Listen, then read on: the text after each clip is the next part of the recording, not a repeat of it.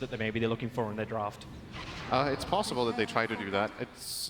We're going to have to see. I think Execration's lineup definitely has what it takes to fight back. You look at their lineup, they have many of these pretty fast-paced heroes themselves. A hero like Clockwork, Sand King, Shadow Fiend with Cogs, as mentioned by the panel, also comes online very quickly. And then you have your carry is a hero like Lycan, who is basically not necessarily all about fighting, but he's pretty good at contributing. You have Howl, you have the ultimate to make you really fast and run in and kill the heroes. And something that they also were mentioning, when you're playing against TA, this refraction is something you really need to look out for. Execration had a game in the group stage where they did exactly this. They ran Lycan safe lane with Necrobook, and it destroyed. I think it was the TA of Cloud9 in that game, I believe. Had a really hard time. Fata was constantly just losing his refraction charges to the Necrobook, which in addition also gives True Sight. It's like an amazing hero counter. He has 4 summons and bye-bye refraction, So I personally like Execration's draft here, but I think Team Secret have some players that could step up big time in a game like this. I agree. There's a lot of talent in the lineup of Team Secret, and maybe that is what they're going to rely on, but it's a good story for everyone who is viewing. If Execration can find themselves a solid draft they feel comfortable with, that isn't just a straight, oh, Bloodseeker, no one can counter him, Broodmother, no one can counter her, kind of approach to the draft. It makes things very fun and interesting, and it looks like Team Secret, they may want to try and open up the account. James, he was coming up for the rune, a pickup by Team Secret, and James wants to get back through the trees. Maybe he's got the distance with a Burrow Strike out from Lemek. They're going to get a little bit more space. Body blocking up Yapsaw. He doesn't want to give him the vision. Oh, the first blood. James still alive. The boots are giving him the speed to escape the Team Secret gank. Oh, I think Secret actually wanted to give that kill to the PL. I think both of their ranged heroes had the ability to get in an additional hit, but a lot of the times you want to give this carry that head start, and this time it comes back to bite them. I believe that was indeed a kill if they just committed for it. But, yep, they dodge a bullet there. That's the kind of thing you have in elimination matches like this. They're the most terrifying and the most exciting games at the same time, and under pressure, mistakes like that can definitely happen. Yeah, but this is the upside sort of for Team Secret. Okay, middle lane, Burrow Strike onto mid one. They know he has no refraction charges, so Yamsor picks him up in range of the tower, and the body block from mid one. Lemek can't get out, he's blocked in by the creep wave. Mid one will spill first blood. And Raging Potato, with even that plus 16 souls, he's still forced away. It was a great play by Yapsar, identifying that that play was possible. He could actually lock him in there. Now that the creep wave in the mid has that extra creep since patch 7.0, I believe, was that earlier was 7.04, I think, added that extra creep in mid. It makes plays like those more likely to succeed just because there's more stuff in the way. And yep, they pull that off. So nice first blood for Team Secret, going the way of mid one. I think that's the player they wanted to go to more than anyone in this kind of matchup. Should secure him. Is that his bottle already coming out? It is indeed. Yeah. Very, very necessary in this matchup that does favor Shadow Fiend quite a bit when he has this solo advantage in the beginning usually. Yeah. Especially when Lemek was also looking for the kill. You could see them prepping with their attacks previously. Raging Potato was beating into mid one. They knew his cooldown timing of refraction, and they tried to capitalize on that. But yeah, as you said, Team Secret, Yapsaw, in the right place and right time. We were kind of expecting that from his Rubik. Without it, he doesn't get his levels, and that's something else to look at for the supports. The fact that Rubik has already managed to get 2 and, well, third levels so far, trying to contest the runes, which will end up spawning on bottom, a double damage rune for RR. You know, we got to keep an eye out for stacks in this game as well. Whenever you have Templar Assassin and Batrider in the same team, they want to farm different stacks. Batrider wants to farm the non-ancient camps most of the time, and Templar Assassin wants to farm the ancients. So in that sense, Secret's lineup is nicely well-rounded in that they want different camps in the jungle, access to those. And then you look over at Execration, they also want stacks for their Shadow Fiend if possible, but generally not the ancients. They're not really the way to go. No. Go for the easier camps. Kezu at least has that observer ward on bottom lane watching the small stack near him. So using it for pulls until he goes for something else. MP, there's no mana on the top lane apart from enough to doppelganger away from James. Puppey is in the neighborhood with the Paralyzing Cask, and this is a battery assaulting Clockwork that has committed in with a creep wave. The Paralyzing Cask won't bounce again. The TP out will be successful, and the regeneration in the base will repair the damage. It will be done by the last tick of Maledict. He's keeping them on their toes here in the top lane, but this should not be a lane that Clockwork can ever get a solo kill in. He's pretty good against the Witch Doctor, but if he goes on the Witch Doctor, the PL can just jump in with Doppelganger and spawn additional targets for the Battery Assault, and you can't really find a kill. Can also throw out a Lance that also spawns an illusion.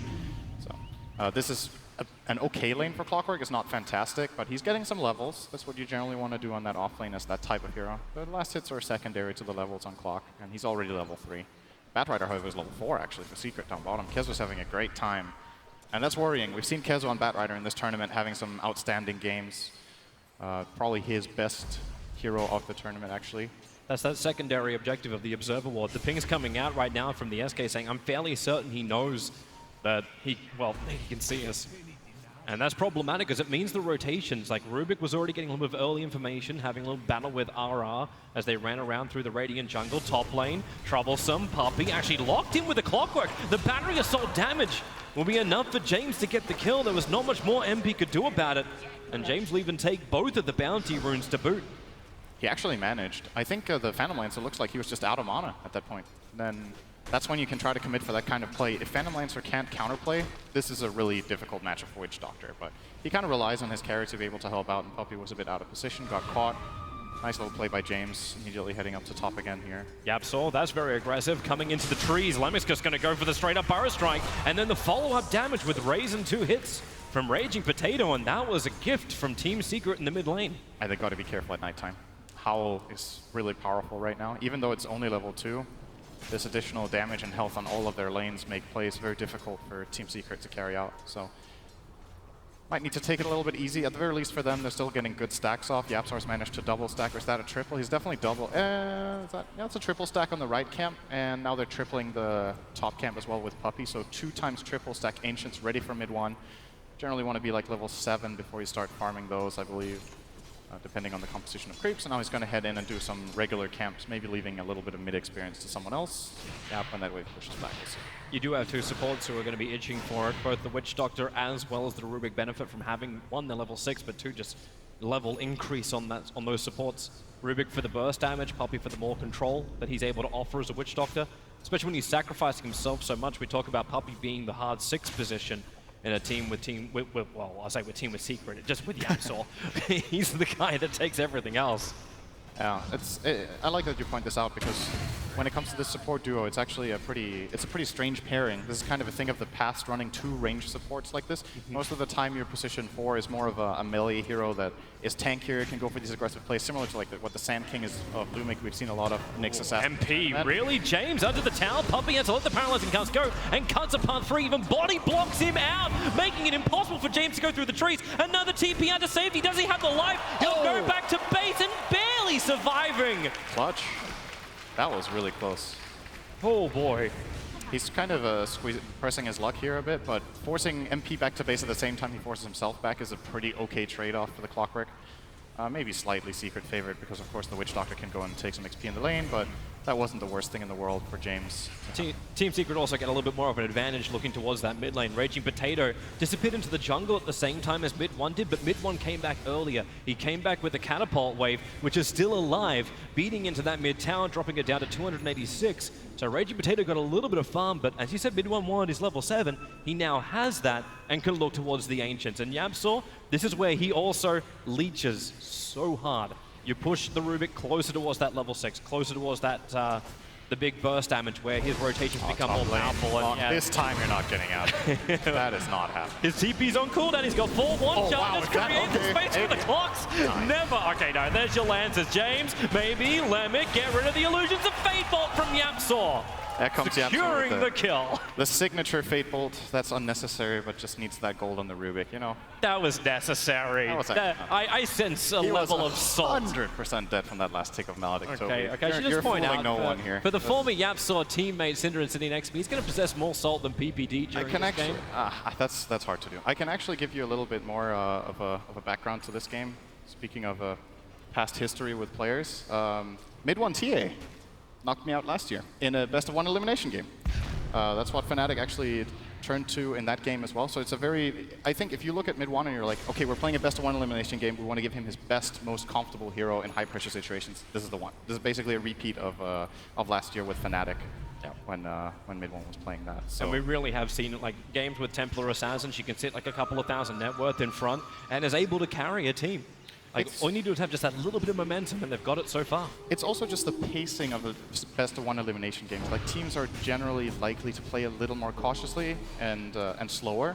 And then a hero like TA that can abuse stacks can be a very powerful tool to have in your arsenal. You see, the Execration side has barely even contested these stacks right now. They've mainly been playing their own side of the map. The Clockwork has been putting some pressure top, but apart from that, we've barely even seen their heroes cross the river. So if that's how you're going to play, TA is a pretty damn amazing pick for this kind of stuff. And just need to wait to see when mid 1 wants to farm these stacks. They would take him up to level 10.5, I think, and about 80-90 CS. Oh, if he had Firefly, he really would have gone for that. Had Lasso off cooldown, 3 sticky napalm stacks on the Lycan. That was probably the best opportunity, even though he kept walking under the tower. So maybe not the greatest positioning. So Yapsor's taking up the middle. Looks like they're also going to give Lemic that kind of space to farm up there while TA's gone jungle. Kezu on the run, but he'll be okay. So this is that flash farm period we're talking about. We can look towards the SF for his timing. Shadowblade build is his item of choice. Okay, level 6, hook shot, up she flies, finding Kezu. Batrider, fantastic for getting out of the cogs. If he had the Firefly, but it just times out. Is there restoration? No, there isn't. Kezu just needs the live stick charges, won't be enough. And Ara can add his first +2 for the game for the intelligence stolen. That was perfect timing on that hook shot. Very nicely done by James. Just before the Firefly expires, sees that very little moment of opportunity. We're talking half a second here. Gets that jump, they get that nice kill.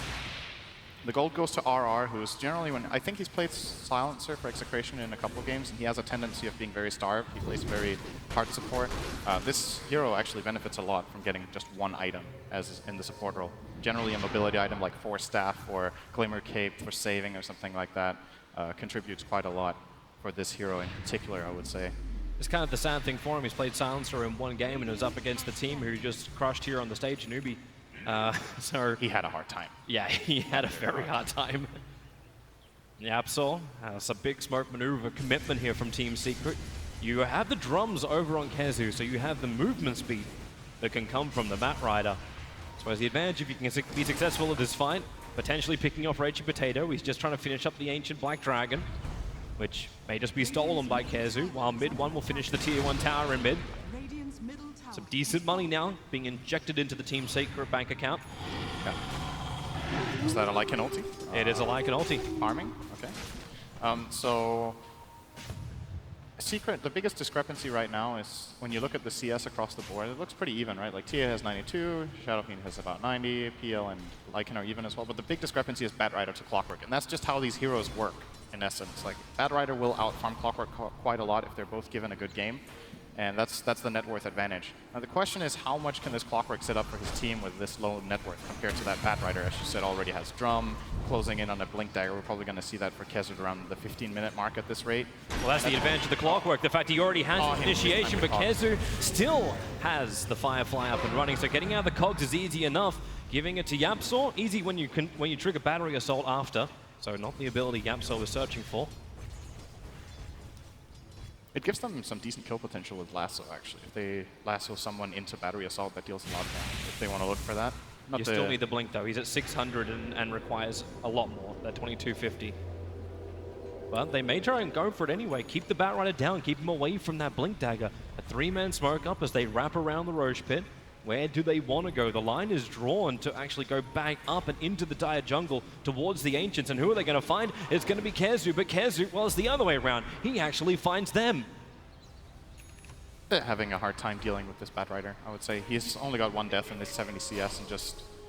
They didn't manage to kill him top, now he's going to break their smoke and keep farming. And TA is completely uncontested. I think that's the biggest concern for Execration, is that mid 1 is just farming. TA is going to kill bottom lane, they're initiating it. MP made a way through the trees on the east. Nando doesn't have the life with the stick charges and so many PLs fighting against him.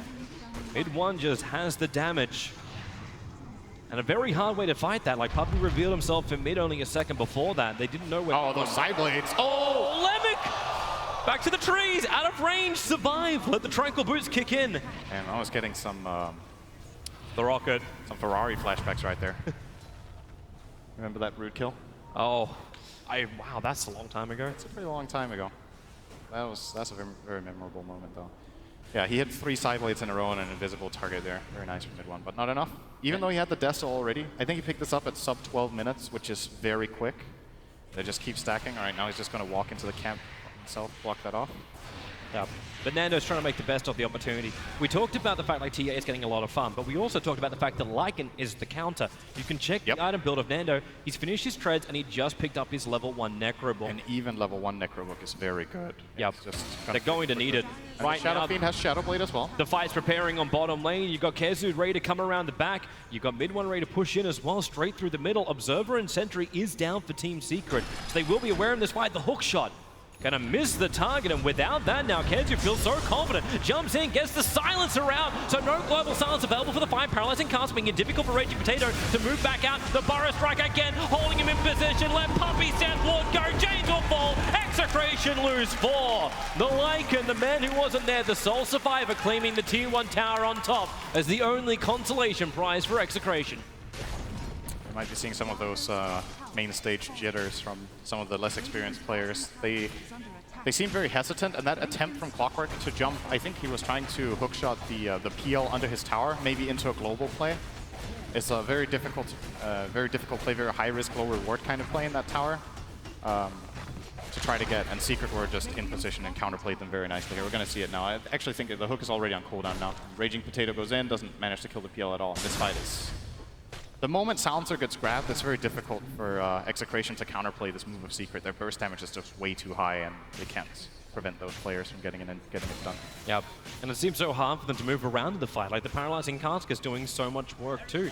Then you've got the other AoE stun, which can come in from the Rubik. The Batrider controls, you can see they know they caught this fight in the back. The second you get that early pick off, Team Secret will not be hindered at all. So instead, Execration try and make something out of something else, and that is James moving in towards the mid, looking for that angle with the haste room, but he ran over the top of Templar Assassin's trap. So Secret were ready for it. They already had the counter hero. Rubik versus Clockwork is one of the easiest ways to save you from cogs by throwing the Rubik outside of his own cogs. Now the question is what Execration's lineup can do to really set up a fight that can bring them into a good position again. Secret are getting a lot more out of the map right now after taking that fight. They've taken 2 towers to the 1 of Execration. Doesn't sound like too much, but getting the mid tower down is pretty significant. They're going to try and fight again? Yep. They should be looking for something like this. They have the tools, right? Or are they actually going to Roshan? It's difficult with Templar Assassin on the field. Well, they're looking to try something mid. There's the shapeshift. Yeah, gonna run in. There's Sentry Wars down. Hawk shot. Mid one just walked ahead. Can blink himself away to safety. The global silence is out. They need this fight to work. The Burrow Strike holding mid one in position. Templar Assassin will fall. And Nando going full dog way forward. But now paralyzing cast from Puppy. Holding James as well as Nando together. They have to get outside the cogs. Yapsor can't get the stolen epicenter in range of Execration. But James, he'll walk himself in range of Team Secret. So they can just send the PL illusions in and James will fall. It was a big kill, however. They did bring down Templar Assassin with the move. Yeah, considering that they missed the hook shot there, that's a pretty okay outcome, I think, for Execration. Even the hook shot itself is pretty difficult to do on the TA, who does have Refraction up and the Blink Dagger, so you need to do enough instances of damage to prevent her from blinking out. I think the thing that Execration are missing right now, apart from slightly better spell usage, is the Blink Dagger on Sand King. That's going to make things a lot easier. And we have Lumic farming at bottom. He's 600 away. Should be able to set up for a nice epicenter, since it's really nice to play Sand King when you're not the only initiation in the team. When someone else can set you up so you can get epi instead of being forced to, a lot of the times, choose between that fast Burrow Strike or the epi, he can now count on his ally to set it up, knowing he has Global in the back as well. It's a very nice lineup to play Sand King in. So I think they should definitely be looking to enable him here with a blink. Execration have a choice now. They've scouted up mid one doing Templar Assassin. Team Secret, 4-man smoke over. They've got an Observe Ward on the hill. So is the Sentry Ward. They dust out. They'll see Raging Potato lassoed up. Someone needs to create a little bit of space before they lose the SF. James has gone in, but now he's isolated in the middle of 5 heroes of Team Secret. Trying to run out. The Cogs at least split the fight up a little bit more. No buyback from the SF. Nando just wants to TP himself out. Keep this Lycan alive. They'll be successful with that. RR will not be so lucky as attention moves towards the SK. Diffuser Blade, it was freshly purchased just before this fight, and it is nipping the heels of Execration out. So no more running away, and no more ways to contest Roshan from Team Secret. They should be putting this Aegis on the TA. It's a good item on the Phantom Lancer as well. Gets a lot out of the second life, but mid one is just extremely far ahead right now. He can play very aggressively with this. He's also their primary structure pusher here. He can take down a couple of towers maybe with this Aegis 18 minutes in. Maybe they can get the remaining tier 1, maybe the tier 2 bottom. It's fairly easy to siege. The other tier 2s are a bit more tricky, but they should be feeling like they're in a good position with a good advantage here. We see the replay again. Yeah, Lasso on the Shadow Fiend puts them in a really bad spot. And you can see exactly what they wanted to do. Like, there was the Observer Ward also on top of the hill. That's what set up a lot of that fight. They saw the SF coming from a mile away, and the fresh Blink Dagger, another item which was purchased just before that fight, caught Execration off guard. Yeah. Could have maybe been a different story if they had Global Silence ready, but the Bat Rider in this game is doing a lot of work. Kezu's finding the right picks. He's been involved in 9 out of 12 kills on his Bat. Probably the reason why at the end of every single Team Secret fight, we're having a camera close-up on Kezu just going, yeah. Pretty much. Good fight, boys. Good fight. So, Execration, they still have some things working their way. Even though the gold is moving 6,000 in the way of Team Secret, the experience about 8,500, you still have that power that comes from the SF as well as the Lycan. Lycan, we've seen a little bit of his power throughout the fight, but not a hell of a lot. Most of it was just Necrobook focusing on the Templar Assassin. But so far, SF really hasn't had a huge influence. Apart from the initial pickoff when they were able to get the Clockwork grab, like, that was good. But the Shadow Blade hasn't really paid off. He's still working his way towards his BKB, and maybe then he'll have a chance if he doesn't get caught by the Bat Rider. It definitely still feels like the type of game Execration can come back in. It's a fairly big lead, but it's not insurmountable at all. And their lineup, I think fares pretty well in the core and core matchups later on. The Shadow Fiend is okay against PL, as PPD pointed out. I think we've talked about the Lycan against the TA. They're forcing a fight. They just need to get their key items without losing out too much and organizing the fights a bit better. Now that the Blink Dagger is up on Sand King and Secret don't know it, this could give them that one big fight. If Execration just get one good team fight where they trade maybe 5 for 2, 5 for 3, the game is going to almost even out because they should be able to take another tower or 2 after that fight. See the mid tower being low already here for Team Secret. You're talking about the Blink Dagger over on the Sand King. We have a just shy of 20-minute Rubik Blink Dagger coming out on the courier to Yapsaw. So your Blink ability across the field now, both Kezu, Mid-1, and Yapsaw all have Blink Daggers. Team Secret's positioning to be very difficult for Execration to counter. Illusion. Not to mention Clockwork isolating a target. That's not the easiest ask right now. And the thing about this Rubik Blink Dagger that's so crucial is that if Yapsar is fast, which he has a tendency to be on this hero, he can Blink Steal Barrow Strike, which is an incredible steal for Rubik in general. Has to play around Global Silence, one of the better counters to Rubik, but it is definitely possible. Team Secret are coming down the mid lane. They've still got the Aegis the Immortal for a little bit more time. Another 2 minutes before it will get reclaimed. Puppy's signature buckler. He's the only player who does this, I think. Always gets a buckler. It's funny to me what hero they're on too, they do it. The funny thing to me about this is that that's one of the things they talked about in the panel, right? Like, you have this type of player who's very stubborn and likes the stuff that he likes and just wants to do it, and Puppy has been buying bucklers for years, and nobody else really likes buckler, but Puppy's like, this is the item. Then I asked him how long we asked him how long it lasts on creeps and heroes, and he didn't know, so that was interesting. Critical details to justify your He thought it lasted the same duration on creeps as heroes. I mean, why wouldn't it, right? Why wouldn't it, actually? But, yeah. Do you know Syndrome? I know. Slacks and I sat down and made us some really difficult questions, so that one's pretty hard. Alright. Well, Team Secret, you've still got the Aegis the Immortal for another minute and then 10-ish seconds. Going high ground is probably not the easiest thing they want to do. We are only 22 minutes into the game, and you do not want to give Execration the ability to fight from a point of power. Especially now that Rage Potato has that BKB, he would like the fight. But Team Secret also understand they're very powerful, so the only other objectives outside the base at the moment are the Tier 1 and Tier 2 tower up at the top lane. Is that just a simple thing that Team Secret can just move towards and take, or should they be forcing something else? It's the easiest objective on the map now, for sure. But it might still be too high risk to do at this point. How long is left on that Aegis? Half a minute. They're not going to get up there in time. They do have the BKB to play around with on mid-1, which is definitely a very good item in this game. They're probably also pretty content to farm. As long as they are sitting in the position they are right now, they're owning definitely the majority of the farm on the map right now. You see them posing very aggressively in the Radiant jungle. The Radiant has swapped up to top, but it still feels like Secret have a bit more map control by the tower advantage that they have. This could work very well for the Mid-1. He doesn't know what he's running into, or then again, they don't know what they're running into. Mid-1's got the Invis rune. He goes straight on top of the Clockwork, but nobody knows. The Shadow Blade's going to break in just a second, and then Mid-1 will know exactly what he's up against. Regeneration from the Aegis, and remains an Invis. Breaks the party up of Execration and goes back to farming. Meanwhile, mid lane, they do find a target. It's going to be RR. Yapsaw able to actually not take the kill for once. It's Kezu. Proud of you, Yapsaw. Good job. Didn't take the kill. Team player. Yeah. Got to get that new item on the Bat Rider, who's already got Drums, Blink, Force, and full Magic Wand. Secret are holding nice grip on the map, though. This is a 10k lead now. Execration still haven't really been able to find that team fight that they're looking for. The couple of smokes they had toward mid were very easily read by Secret. It feels like forever since they got their last kill. They will be trying to push a bit up top, it looks like, having some information about where Secret's heroes are, but they don't feel confident to just go and attack this with their SF. It's like they're trying to bait it in, so you show the SF up here, but it's the two heroes who have distance closing. It's the Blink Dagger on the SK, and it's the hook shot from the Clockwork. They want to have a fight, whereas just one hero coming back from Team Secret to defend the top lane push, but Team Secret is refusing to oblige. Secret are just staying down here. They found a new home. Basically, the Dire has migrated onto the Radiant side of the map. Now, nobody likes Dire anymore. There's nobody in that jungle. But this is what Secret want. This is the ideal situation. This is, again, this is even better for them than if Execration's heroes were top. Now they're just controlling it even harder. Execration's heroes are hiding in base. They do have a smoke on the Sand King that they could try to commit here and look for some sort of play.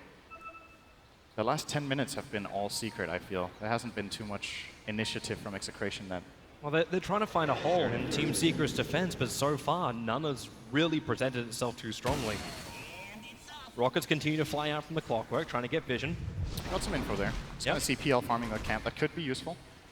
Question is, though, where can they still initiate? Which hero do you initiate into? There's so much counter because Team Secret are so close to each other, holding each other's hands. And your vision where Team Secret are farming at the moment is non-existent for Execration. The Radiant scan 4, they don't find anything. Waiting for that Dire scan.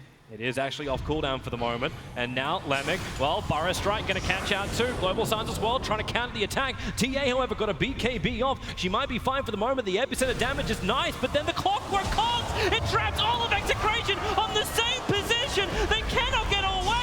Too much damage, and the stolen epicenter from Yapsaw. Lacquer it on top, and Execration will lose 3, potentially 4. Lemic is doing his TP at the moment, and he will get out in time. Oh, those were not the cogs, man. That feels bad when that happens. He had the right intentions, but the Force Staff from Kezo, I believe it was, just got him out of position, into a better position. The TA didn't get trapped inside either. Secret just get another convincing win. That was a 3-0. Another 4K advantage built from that fight. This is more than problematic. This is Team Secret looking to push. And the ping is coming. Like, is it going to be for Tier 1 tower or Tier 3? Mid-1 is the one looking towards the mid. The rest of Secret are farming for the moment. And Mid-1 just by himself can pressure the mid to look for a reaction from Execration. And that's exactly what he does, and then just bounces away. So let's have a look at that fight again. So the Burrow Strike comes in. He gets a nice double stun at the beginning, even the epicenter. But the second the silence wears off, Epi gets stolen. And that Clockwork cogs was basically the funeral parade of cogs for Execration. Basically set up 3 side blade attacks in a row, I think. The quick Force Staff from Kesso there is very important as well.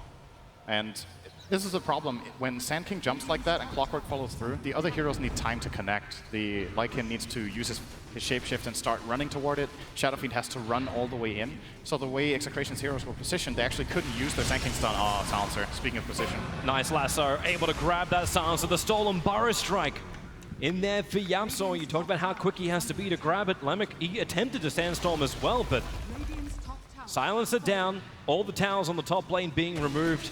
We're 27 minutes into the game, and now Team Secret, they want to go up. And they're able to do so. The Burrow Strike is more posturing than anything else. It does no damage whatsoever, and they know there's no follow-up. With no silencer, with no global silence, they cannot win the fight. Maybe if Raging Potato can get that blind, like, Requiem of Souls, you can see him wanting to attempt it on MP. And Puppey maybe feels the pressure. Sentry wards are going down everywhere.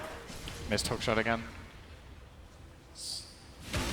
They need to connect their spells with their heroes in the right position, else it's all for naught. It doesn't matter. Here we go. The better position this time. Yeah, maybe they can get it, but you couldn't get the follow-up from Lemic. Mid one able to get himself far enough away. They're trying to get the distance. The BKB out from Raging Potato. At least he won't be affected by the paralyzing cast, but Lycan continuously stunned up. Now the global silence is out. Nando, he has to do work here. He has to find the kill. Mid one's the primary target. The secondary burrow is there from Lemic, but mid one, he will finally die. Puppey will join him with a glorious death ward to, well, signify his own demise.